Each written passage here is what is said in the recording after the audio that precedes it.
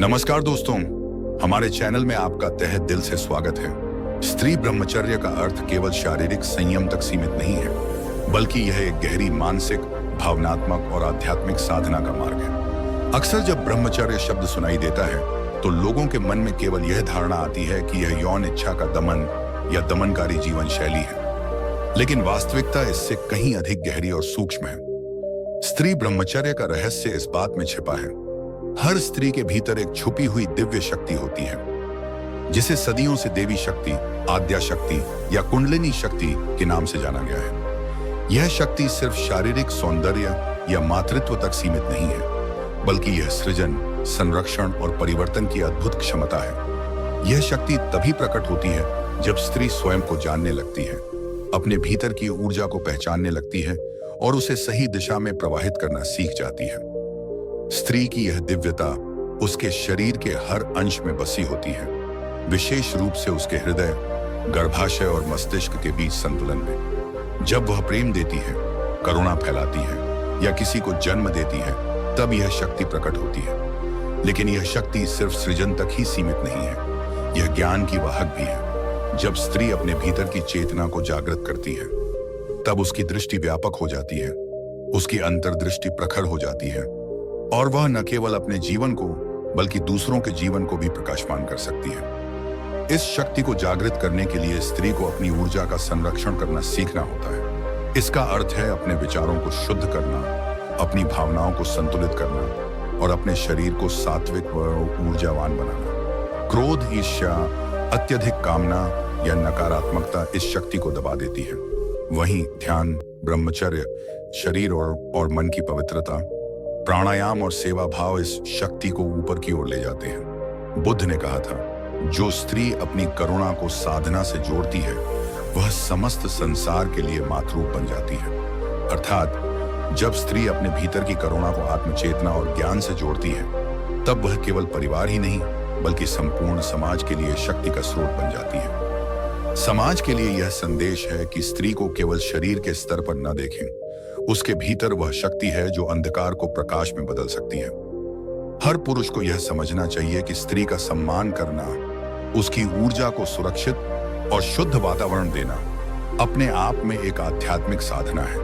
और हर स्त्री को यह स्मरण रखना चाहिए कि उसकी असली सुंदरता उसकी आत्मशक्ति में है, है, न कि केवल उसके रूप में। हर स्त्री के भीतर जो छिपी हुई दिव्य शक्ति है, वह केवल उसकी शारीरिक सुंदरता या बाहरी आकर्षण तक सीमित नहीं होती। यह शक्ति उससे कहीं गहरी है। यह उसकी चेतना, उसकी करुणा, उसकी सृजन क्षमता और उसके सहनशील मन का विस्तार है। यह शक्ति सृष्टि की मूल ऊर्जा से जुड़ी हुई है, जो उसे न केवल जीवन को जन्म देने का सामर्थ्य देती है, बल्कि उसे दिशा और संवेदनशीलता भी देती है। यही कारण है कि प्राचीन काल से स्त्री को शक्ति का प्रतीक माना गया है, चाहे वह दुर्गा के रूप में पूजित हुई हो या मां के रूप में सम्मानित। स्त्री के भीतर यह शक्ति अक्सर सुप्त रहती है, क्योंकि समाज और परिस्थितियां उसे केवल भूमिकाओं तक सीमित कर देती हैं, नहीं कभी मां। लेकिन जब वह अपने भीतर की ऊर्जा को पहचानना शुरू करती है, ध्यान और जागरूकता के माध्यम से अपनी चेतना को उन्नत करती है, तब यह छिपी हुई शक्ति प्रकट होने लगती है। यह शक्ति उसे केवल संसार को संभालने का ही नहीं का सामर्थ्य देती है। बुद्ध ने भी कहा था कि जागरूकता ही मुक्ति का द्वार है। जब स्त्री अपने मन के बंधनों को पहचान लेती है और उन्हें धीरे धीरे छोड़ने लगती है, तब उसके भीतर की शक्ति निर्मल हो जाती है। वह करुणा और प्रेम की मूर्ति बनकर न केवल स्वयं को ऊपर उठाती है, बल्कि अपने आसपास के जीवन को भी आलोकित करती है। यह शक्ति क्रोध से नहीं, संयम से प्रकट होती है। यह प्रतिस्पर्धा से नहीं, धैर्य और ज्ञान से जागती है। जब वह अपनी ऊर्जा को निचले विचारों और इच्छाओं में न बहाकर उच्च चेतना में प्रवाहित करती है, तो वही ऊर्जा ओजस बन जाती है। वह तेज जो उसके शब्दों में, उसकी दृष्टि में और उसकी उपस्थिति में चमकता है। कि यह किसी महिला की शक्ति को कैसे जागृत करता है, उसकी ऊर्जा को किस प्रकार उच्चतर स्तरों तक ले जाता है और किस तरह यह उसे आत्मिक स्वतंत्रता, गहन शांति और असीम आकर्षण प्रदान करता है। जब कोई स्त्री ब्रह्मचर्य को अपनाती है, तो वह अपनी मूलभूत प्राण ऊर्जा को बचाना सीखती है। यह ऊर्जा केवल शारीरिक नहीं होती, और भावनात्मक ऊर्जा भी शामिल होती है। जब यह ऊर्जा व्यर्थ नहीं होती, तब यह भीतर की रचनात्मकता, ज्ञान, साहस और तेजस्विता में बदलने लगती है। एक ब्रह्मचारिणी स्त्री का चेहरा अक्सर शांत और तेजस्वी होता है। उसकी वाणी में गहराई और प्रभाव होता है और उसकी उपस्थिति मात्र से वातावरण में एक अलग प्रकार की स्थिरता उत्पन्न होती है। यह शक्ति बाहरी सजावट से नहीं आती, बल्कि भीतर के संयम और साधना से प्रकट होती है। स्त्री ब्रह्मचर्य का दूसरा पहलू है मानसिक पवित्रता। इसका अर्थ यह नहीं कि वह संसार से कट जाए या पुरुषों से कोई संबंध न रखे, बल्कि इसका अर्थ है कि वह अपने मन को वासनाओं के गुलाम न बनने दे। मन की ऊर्जा को इधर उधर बहकाने के बजाय वह उसे एकाग्र करती है। वह अपनी भावनाओं पर अधिकार रखती है, अपने विचारों को शुद्ध करती है और अपनी आत्मा को किसी भी बाहरी मोह में बंधने से बचाती है। जब एक स्त्री अपनी मानसिक पवित्रता को संजोती है, तो उसका आकर्षण स्थूल स्तर से सूक्ष्म स्तर पर चला जाता है। लोग उसकी सुंदरता को देखकर नहीं, बल्कि उसकी उपस्थिति को महसूस करके प्रभावित होते हैं। भावनात्मक संयम भी स्त्री ब्रह्मचर्य का अभिन्न हिस्सा है। हर स्त्री के भीतर गहन भावनाओं का सागर होता है, प्यार, करुणा, स्नेह, देखभाल। लेकिन जब यह भावनाएं अनियंत्रित रूप से किसी एक व्यक्ति या परिस्थितियों में बह जाती हैं, तब वह भीतर से कमजोर होने लगती है। ब्रह्मचर्य उसे सिखाता है कि वह अपनी भावनाओं को बांधे नहीं, बल्कि उन व्यापक बनाए। उसका प्रेम किसी एक व्यक्ति तक सीमित नहीं रहता, बल्कि समग्र जीवन, सृष्टि और आत्मा तक फैल जाता है। यह प्रेम वासनात्मक नहीं होता, बल्कि करुणा और शांति से भरा होता है। यही कारण है कि कई महान स्त्रियों ने जब ब्रह्मचर्य अपनाया, तब उनका जीवन केवल उनका निजी जीवन नहीं रहा, बल्कि समाज और मानवता के लिए प्रेरणा बन गया। ब्रह्मचर्य केवल त्याग नहीं है, बल्कि यह रूपांतरण है। त्याग तब होता है जब आप किसी चीज को दबाते हैं या छोड़ते हैं, लेकिन ब्रह्मचर्य में आप अपनी ऊर्जा को दबाते नहीं, उसे दिशा देते हैं। यह दिशा साधना की हो सकती है, कला की हो सकती है, ज्ञान की हो सकती है या सेवा की हो सकती है। एक ब्रह्मचारिणी स्त्री जब अपने भीतर की ऊर्जा को किसी उच्च उद्देश्य के लिए समर्पित करती है, तो वह केवल अपने जीवन को ही नहीं, बल्कि आसपास के लोगों को भी बदलने की क्षमता प्राप्त कर लेती है। स्त्री ब्रह्मचर्य के मार्ग में कठिनाइयां भी होती हैं। समाज अक्सर यह समझने में असमर्थ होता है कि एक स्त्री क्यों सांसारिक भोगों से परे रहना चाहती है। लोग सवाल उठाते हैं, आलोचना करते हैं, यहाँ तक कि उसका उपहास भी कर सकते हैं। लेकिन जिस स्त्री ने भीतर की सच्चाई को छू लिया हो, वह इन बाहरी आवाजों से प्रभावित नहीं होती। उसे पता होता है कि सच्चा सुख अस्थायी इच्छाओं को पूरा करने में नहीं, बल्कि अपनी आत्मा को जानने में है। यही आत्मज्ञान उसे अडिग बनाता है। ब्रह्मचर्य स्त्री के भीतर की कुंडलिनी शक्ति को जागृत करने में सहायक होता है। जब इच्छाओं की ऊर्जा भीतर रोकी जाती है और साधना के द्वारा ऊपर की ओर उठाई जाती है, तब उसका मन स्थिर होने लगता है, बुद्धि तेजस्वी होने लगती है और हृदय में गहरी करुणा उत्पन्न होती है। यह अवस्था उसे साधारण स्त्रियों से अलग कर देती है। वह भीड़ का हिस्सा नहीं रहती, बल्कि भीड़ के लिए एक दीपक बन जाती है। स्त्री ब्रह्मचर्य का अंतिम रहस्य यही है कि यह उसे कमजोर नहीं, बल्कि अजेय बनाता है। यह उसकी सुंदरता को क्षीण नहीं करता, बल्कि उसे दिव्यता प्रदान करता है। यह उसकी स्वतंत्रता को छीनता नहीं, बल्कि उसे सच्ची स्वतंत्रता देता है। वासनाओं, अपेक्षाओं और सामाजिक दबावों से मुक्त होने की स्वतंत्रता। ऐसी स्त्री केवल अपने लिए नहीं जीती, वह एक प्रेरणा बनती है। उसका जीवन एक संदेश बन जाता है कि सच्ची शक्ति शारीरिक आकर्षण में नहीं। स्त्री ब्रह्मचर्य का रहस्य केवल एक जीवन शैली नहीं, बल्कि एक ऐसी साधना है जो स्त्री को उसकी मूल शक्ति से जोड़ती है। यह केवल शारीरिक संयम नहीं, बल्कि आत्मक और आत्मिक पवित्रता का मार्ग है। इसे जीवन में अपनाने के लिए सबसे पहले यह समझना जरूरी है कि ब्रह्मचर्य किसी दमन का नाम नहीं है, बल्कि ऊर्जा के संरक्षण और उसे सही दिशा देने की कला है। जब एक स्त्री इस पथ को चुनती है, तो उसका जीवन केवल बाहरी दुनिया तक सीमित नहीं रहता, हर क्षण भीतर के जागरण की ओर बढ़ने लगता है। इसे अपनाने के लिए सबसे पहला उपाय है मन पर नियंत्रण। यह तभी संभव होता है जब आप अपने विचारों का निरीक्षण करना शुरू करते हैं। वासनात्मक या अनावश्यक कल्पनाओं को आते ही पकड़ लेना और उन्हें शांत सांसों के साथ छोड़ देना। इसके लिए नियमित ध्यान का अभ्यास बहुत सहायक होता है। रोज कुछ समय आंखें बंद करके गहरी सांसों के साथ अपने भीतर स्थिर बैठना शुरू करें। मन में उठते विचारों को दबाएं नहीं। धीरे धीरे मन शांत होगा और ऊर्जा इधर उधर बहने के बजाय आपके भीतर संचित होने लगेगी। दूसरा उपाय है जीवन में सादगी लाना। अनावश्यक दिखावे, अत्यधिक आभूषण और बाहरी आकर्षण पर निर्भरता ब्रह्मचर्य के मार्ग में बाधक होती है। इसका अर्थ यह नहीं कि आप अपनी सुंदरता को छोड़ दें, अर्थ है कि आपकी सुंदरता भीतर से झलके। आहार भी इसका एक बड़ा हिस्सा है। अत्यधिक मसालेदार, मांसाहारी और उग्र खाद्य पदार्थ मन को उत्तेजित करते हैं। हल्का, सात्विक और शुद्ध भोजन आपके भीतर की शांति को बढ़ाता है और संयम को मजबूत करता है। तीसरा उपाय है अपनी भावनाओं को व्यापक बनाना। प्रेम को किसी एक व्यक्ति तक सीमित न करें। सेवा और करुणा को अपने जीवन का हिस्सा बनाएं। यह आपको भावनात्मक रूप से मजबूत बनाएगा और आपके भीतर की ऊर्जा को क्षय होने से बचाएगा। गहरी मित्रता से मुक्त होकर यही भावनात्मक ब्रह्मचर्य है। चौथा उपाय है अपनी ऊर्जा को रचनात्मक कार्यों में लगाना। ब्रह्मचर्य केवल बचत नहीं बल्कि रूपांतरण है। जब आप अपनी शारीरिक और मानसिक ऊर्जा को कला, साधना, अध्ययन, ध्यान, योग या सेवा में लगाते हैं तो यह ऊर्जा भीतर से प्रस्फुटित होकर आपके व्यक्तित्व को शक्तिशाली बनाती है। जो ऊर्जा पहले इच्छाओं और भोग में व्यर्थ होती थी वही अब आपके व्यक्तित्व को तेजस्वी बना देती है। इसके एक शांति धीरे धीरे भीतर उतरने लगती है।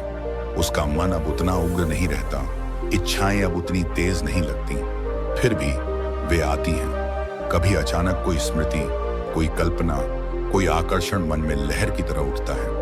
पहले वह उनसे लड़ती थी, उन्हें दबाने की कोशिश करती थी, लेकिन अब वह उन्हें बस देखती है। जैसे बादल आते हैं और चले जाते, विचारों को आने देती है और जाने देती है। यही जागरूकता उसका दूसरा चरण बन जाती है। इस जागरूकता के साथ साथ वह अपने भीतर की शक्ति को एक नई दिशा में प्रवाहित होते हुए महसूस करती है। वह देखती है कि पहले जो ऊर्जा बाहर बिखर जाती थी अब वह भीतर स्थिर होने लगी है। कभी कभी ध्यान करते हुए उसकी रीढ़ में हल्की सी गर्माहट उठती है। यह अनुभव उसे और अनुशासन की ओर ले जाता है। दिन बीतते हैं, महीने गुजरते हैं। धीरे धीरे वह शक्ति जो पहले केवल एक शारीरिक ताकत लगती थी अब उसे एक दिव्य संभावना की तरह महसूस होने लगती है। उसकी वाणी में एक सौम्यता आ जाती है, उसकी आंखों में एक चमक उभरने लगती है। लोग उससे पूछते हैं कि तुम क्या कर रही हो, तुम्हारा चेहरा इतना शीतल क्यों है।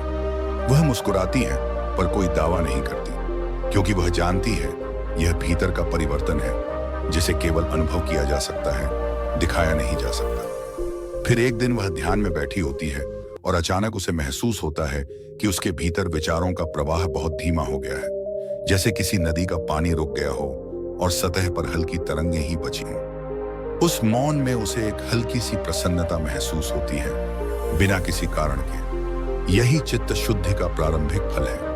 राज शक्ति कच्ची, प्रबल और सृजनशील ऊर्जा है, जैसे अभी अभी खदान से निकला अयस्क। ओज उस अयस्क का परिष्कृत सोना है, शांत, उज्ज्वल और स्थिर। परिवर्तन का यह अल्केमी बाहर नहीं भीतर घटता है, जहां वही शक्ति जो पहले इच्छाओं की लहरों में बह जाती थी अब करुणा, बुद्धि और तेज में ठहर जाती है। ये दबाने की कला नहीं, दिशा देने की साधना है। कच्ची गर्मी को संभालकर उसे प्रकाश में बदल देना। स्त्री के भीतर एक छिपी हुई दिव्य शक्ति होती है और यह शक्ति केवल उसकी देह तक सीमित नहीं है, बल्कि उसकी चेतना, उसकी आत्मा और उसके अस्तित्व की गहराइयों तक फैली हुई है। इस शक्ति को शास्त्रों और अध्यात्म में विभिन्न नामों से जाना गया है। शक्ति, आद्या शक्ति, कुंडलिनी, मातृभाव या सृजन शक्ति। यह शक्ति अदृश्य होते हुए भी संसार के निर्माण, पालन और संवेदनशीलता की मूलधारा है। जब हम कहते हैं कि स्त्री में यह शक्ति देह से परे है तो इसका अर्थ है कि वह केवल शारीरिक आकर्षण, रूप या यौनता तक सीमित नहीं है। उसका असली सामर्थ्य है उसकी चेतना, उसकी अंतर्ज्ञान शक्ति, उसकी करुणा, उसकी धैर्यता और उसकी आध्यात्मिक संवेदनशीलता। बुद्ध ने भी कहा था कि जब कोई अपने भीतर के स्रोत को पहचान लेता है, चाहे वह पुरुष हो या स्त्री, तब उसकी शक्ति बहिर्मुखी नहीं रहती, वह अंतर्मुखी होकर ब्रह्मांड से जुड़ जाती है। यही कारण है कि स्त्री के भीतर करुणा इतनी गहरी होती है। उसका मातृत्व केवल जन्म देने तक सीमित नहीं रहता, वह विचारों को भी जन्म देती है, संस्कारों को जन्म देती है, समाज को आकार देती है। क्या यह शक्ति हर स्त्री में रहती है? हाँ, पर क्या हर स्त्री इसे जागृत कर पाती है? नहीं, क्योंकि यह शक्ति केवल इच्छा से नहीं, साधना से, आत्मसम्मान से और अपने अस्तित्व को गहराई से समझने से प्रकट होती है। जब स्त्री स्वयं को केवल देह मानती है तो यह शक्ति सुप्त रहती है। जब वह स्वयं को चेतना मानने लगती है, एक आत्मा जो सृजन कर सकती है, मार्गदर्शन दे सकती है, प्रकाश फैला सकती है, तब यह शक्ति ब्रह्मांड से जुड़कर दिव्य बन जाती है। इस शक्ति के संकेत हैं गहरी अंतर्ज्ञान, बिना कहे बहुत कुछ जान लेना, करुणा और सहानुभूति की अत्यधिक क्षमता, विपरीत परिस्थितियों में भी धैर्य और सहनशीलता, आत्मिक बल जो दूसरों को भी प्रेरित करे, सृजनात्मकता और जीवन को पोषण देने की प्रवृत्ति। बुद्ध का संदेश यही था कि स्त्री और पुरुष दोनों ही अपने भीतर के इस दिव्य तत्व को पहचाने। उन्होंने कहा था, जो अपनी असली प्रकृति को जानता है, रहस्य को जान लेता है, और जो सृष्टि के रहस्य को जान लेता है, वह दूसरों को जीवन देना सीख जाता है। हुई दिव्य शक्ति है। यह शक्ति उसके शरीर का अलंकरण नहीं, उसकी आत्मा का तेज है। परिवर्तन की कुंजी है कि ऊर्जा का प्रवाह नीचे और बाहर से ऊपर और भीतर की ओर मुड़ जाए। नीचे की दिशा में यह शक्ति त्वरित सुख, कल्पनाओं और प्रतिक्रियाओं में रिसती है। ऊपर की दिशा में यही श्वास की गहराई, हृदय की कोमलता और दृष्टि की स्पष्टता बनती है। इसलिए पहला अनुभव होता है गर्मी और घबराहट के क्षणों में भी स्थिर रह सकने की क्षमता। जैसे ही मन भागने के बजाय देखने लगता है, ऊर्जा बिखरने के बजाय संचित होने लगती है। संचित शरीर, श्वास और मन तीनों की एक साथ साधना इस रूपांतरण का आधार है। शरीर को स्थिर, सहज और गरिमापूर्ण आसन में रखना आवश्यक है, ताकि भीतर उठने वाली तरंगों को बिना तनाव अपने मार्ग मिल सके। रीढ़ सीधी, कंधे ढीले, जबड़ा नरम, दृष्टि कोमल। इस विन्यास में बैठकर श्वास के स्पर्श को नथुनों पर महसूस करना, प्रत्येक श्वास को थोड़ा सा लंबा, थोड़ा सा गहरा करना और छोड़ते समय भीतर के भार को पिघलते देखना। यही सरल क्रिया अग्नि को शांति में, गर्मी को दीप्ति में बदलना शुरू करती है।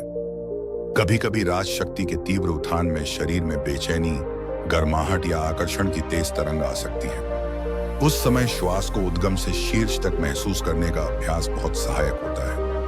आंखें बंद करके ध्यान को नाभि, हृदय, कंठ और भ्रुकुटी के मार्ग से ऊपर ले जाना, जैसे एक उज्जवल धारा रीढ़ के भीतर उठ रही हो। यह कल्पना नहीं, दिशा है। ऊर्जा को दबाकर नीचे नहीं थामना, बल्कि उसे मार्ग दिखाना। इस दिशा निर्देशन को कभी कठोरता से न करें। कोमलता ही सुरक्षित पुल है। जिन साधनाओं में मूलबंध, जालंधर या विशिष्ट मुद्राएं आती हैं, उन्हें केवल अनुभवी मार्गदर्शक से सीख कर ही करें, क्योंकि ओज बनने की प्रक्रिया संवेदनशील है। जोर जबरदस्ती से ऊर्जा उलझ जाती है। मन के स्तर पर रूपांतरण देखने की शक्ति से होता है। जब इच्छा उठती है, भीतर ही भीतर कहना, इच्छा उपस्थित है, और श्वास पर लौट आना, नाम देना पर निर्णय न देना। जितना कम हम विचार से जूझते हैं, उतना ही अधिक ऊर्जा बचती है। यही बची हुई ऊर्जा धीरे धीरे ओज में बदलती है, क्योंकि ओज संघर्ष से नहीं, साक्षी भाव से जन्म लेता है। इच्छा के साथ उठने वाले शरीर संकेतों, तेज धड़कन, गर्मी, कसाव को आंसुओं की तरह बहने देना। उन्हें जकड़ना नहीं, उनसे भागना नहीं। जब तरंग उतर जाती है, तब शांत मन से उसके स्रोत को देखना। स्रोत के दिखते ही पकड़ ढीली पड़ती है और ऊर्जा अपने आप ऊपर की ओर मुड़ती है। हृदय का प्रशिक्षण इस प्रक्रिया का केंद्रीय चरण है। राज शक्ति जब केवल इंद्रिय आकर्षण में अटकी रहती है, तो उसका दायरा संकुचित रहता है।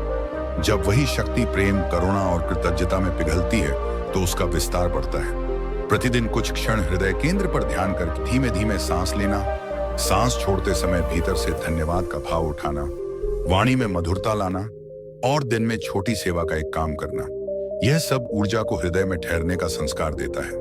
हृदय में ठहरी ऊर्जा ही आगे चलकर दृष्टि की स्वच्छता और उपस्थिति की आभा बनती है। यह ओज का पहला दृश्य चिन्ह है। अन्न और विश्रांति ओज की ईंट पत्थर है। सात्विक, स्वच्छ, गर्म और ताजा भोजन जितना सरल उतना सुपाच्य ओज निर्माण को सहज करता है। शरीर को सूट करे तो भीगे बादाम, खजूर, घी की थोड़ी सी मात्रा, हल्का दूध या उसके विकल्प, मौसमी फल और दालें, ये परंपरागत रूप से ओज वर्धक माने गए हैं। पर यदि शरीर संरचना या स्वास्थ्य की दशा अलग हो, तो उसी के अनुरूप विकल्प चुनना बुद्धिमानी है। उत्तेजक पदार्थ, बहुत तीखा या बासी भोजन, अनियमित भोजन, नींद, ये सब राज शक्ति को गर्म करके बाहर की ओर खींचते हैं। ओज बनाने के लिए लय और मर्यादा जरूरी है। पर्याप्त छोटी विराम मुद्राएं और स्क्रीन उत्तेजना से दूर शांत समय, ये सब मिलकर ओज का घड़ा भरते हैं। झप और ध्वनि भी ऊर्जा को परिष्कृत करते हैं। धीम जोड़कर करना मन की खुरदुरी लहरों को चिकना कर देता है। ध्वनि के कंपन से भीतर का तनाव पिघलता है और संचित ऊर्जा एक नर्म तेज में बदलती है। यह तेज आसपास के लोगों को भी शांत करता है। यह कोई दिखावा नहीं और बनता है, यह भी ओज का संकेत है। रोजमर्रा के क्षणों में छोटे छोटे व्रत इस रूपांतरण को स्थायी बनाते हैं। एक समय में एक ही काम करना, बोलने से पहले 2 सांसें लेना, अनावश्यक बहस से उठकर जल पी लेना और दिन समाप्त होने से पहले 5 मिनट मौन में दिन को भीतर समेट लेना। इन सूक्ष्म अनुशासनों से ऊर्जा रिसने की आदत टूटती है। जहां रिसाव बंद होता है वहां ओज का संचय संभव होता है। परिवर्तन की राह में 2 गलियां भटकाती हैं, दमन और अहंकार। दमन ऊर्जा को गांठ बना देता है। गांठें देर सबेर पीड़ा और उलझन बनकर लौटती हैं।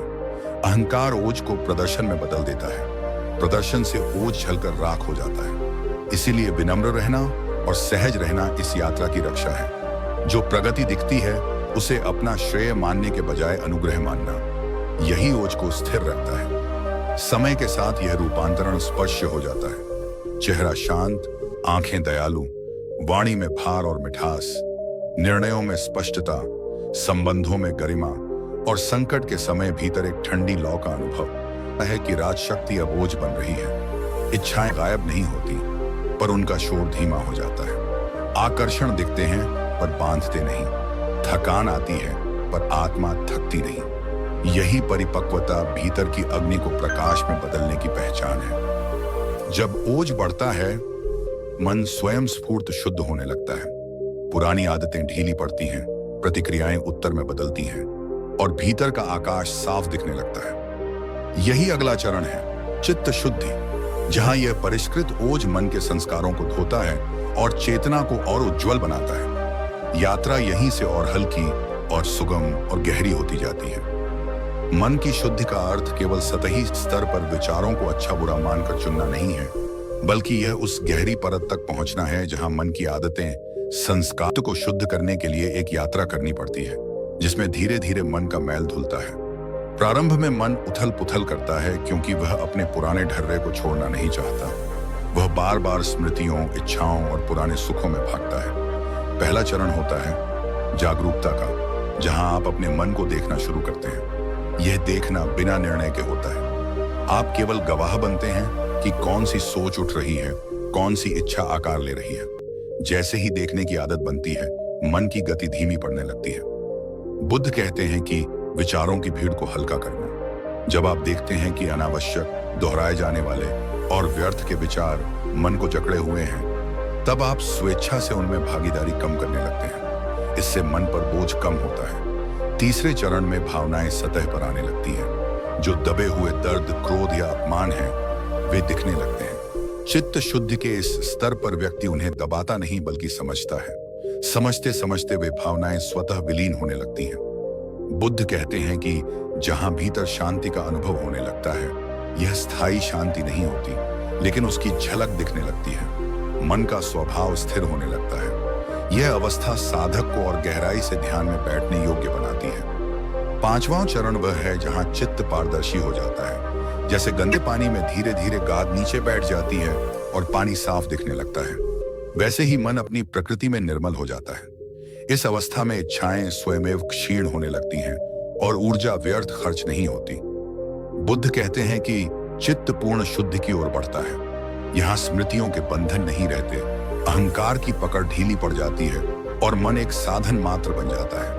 यही अवस्था साधक को उच्चतर चेतना से जोड़ने के लिए तैयार करती है। चित्त शुद्धि एक बार का काम नहीं, प्रतिदिन थोड़ी थोड़ी धूल हटती है और दर्पण साफ होता जाता है। समाधि में प्रवेश कोई कर्तव्य नहीं, एक सहज विलय है।